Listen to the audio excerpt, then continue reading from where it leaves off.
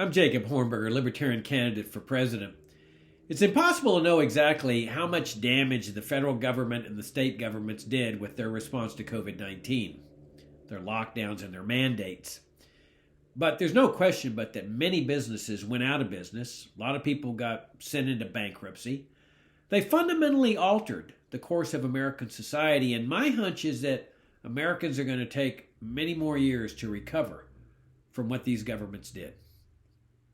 Bad things happen in life. We know that. You can't get through life without big problems and little problems hitting you somewhere along the way.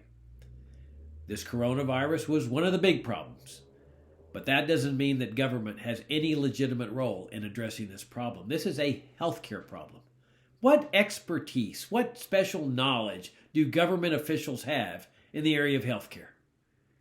When our nation got established, our ancestors demanded the enactment of the First Amendment and later the 14th Amendment, which prohibit the federal and state governments from involving themselves in the area of religion.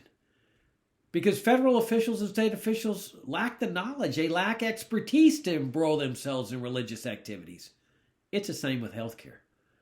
And when they do embroil themselves in healthcare, what's the result? Crisis and chaos. We had this ongoing crisis even before COVID with Medicare. They destroyed the finest healthcare system in history with Medicare and Medicaid. And then you've got this other aspect of the federal government, the central planning aspect, which is a core principle of socialism, which always brings crisis and chaos. And that's what we've had ever since COVID hit, crisis and chaos. We need to get government entirely out of healthcare. There are those that say, oh, we just need better people in public office to manage this system. Nonsense. It's a defective system. It's inherently defective.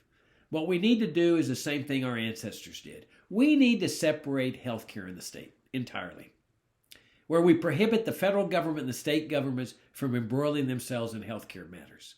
So when a natural disaster hits, like a coronavirus, people can then start planning for themselves. They can measure their own risks. They go to the healthcare industry and see what they're recommending on masks and vaccines.